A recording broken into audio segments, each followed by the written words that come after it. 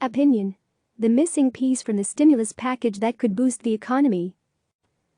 Yair Listokin is the Shibley Professor of Law at Yale Law School and the author of Law and Macroeconomics, Legal Remedies to Recessions, Harvard University Press 2019.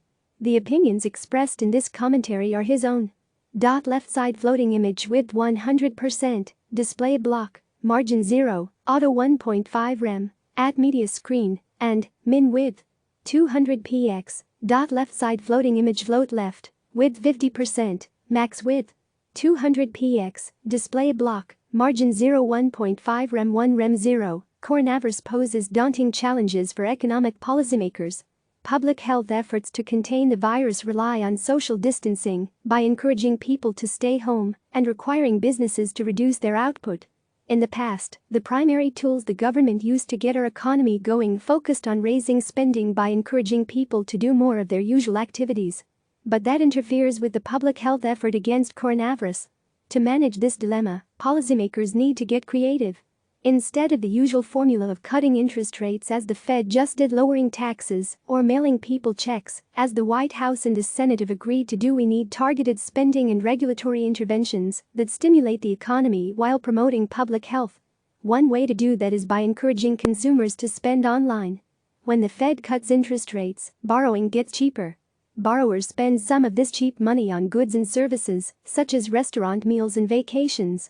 Similarly, President Trump's past proposal of lowering payroll taxes puts more money in people's pockets. If the stimulus works as planned, people spend the added money on services or goods. In a typical recession, these effects are desirable. Unfortunately, what worked in previous recessions won't work for coronavirus. If schools and businesses are closed by order of public health authorities, then lower interest rates and tax cuts do not increase spending much. Instead, people are likely to save the money, undermining the stimulus effect.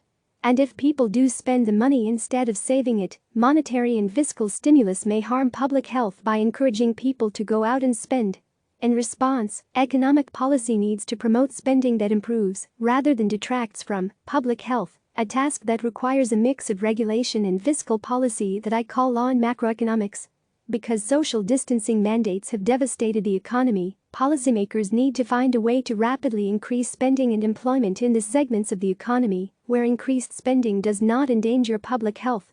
Buying and selling goods and services virtually presents fewer health risks than doing so in person because it does not require in-person interaction. Many service providers, such as personal trainers and restaurant chefs, are suffering, but there is an opportunity for them to offer their services online because in-person demand is shriveled.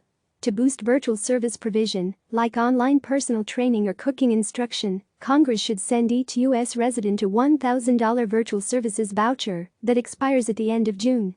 Another voucher should be sent if the coronavirus continues to spread and social distancing continues into the next quarter. People could spend the voucher on services from any provider who signs a legal document asserting that they are providing online services. Because the voucher expires, people would spend the money quickly instead of saving it, stimulating the economy now and reducing unemployment in the services sector. At the same time, the voucher improves public health by shifting spending to less risky channels. Responding to the interconnected threats of coronavirus and global recession requires creative policymaking.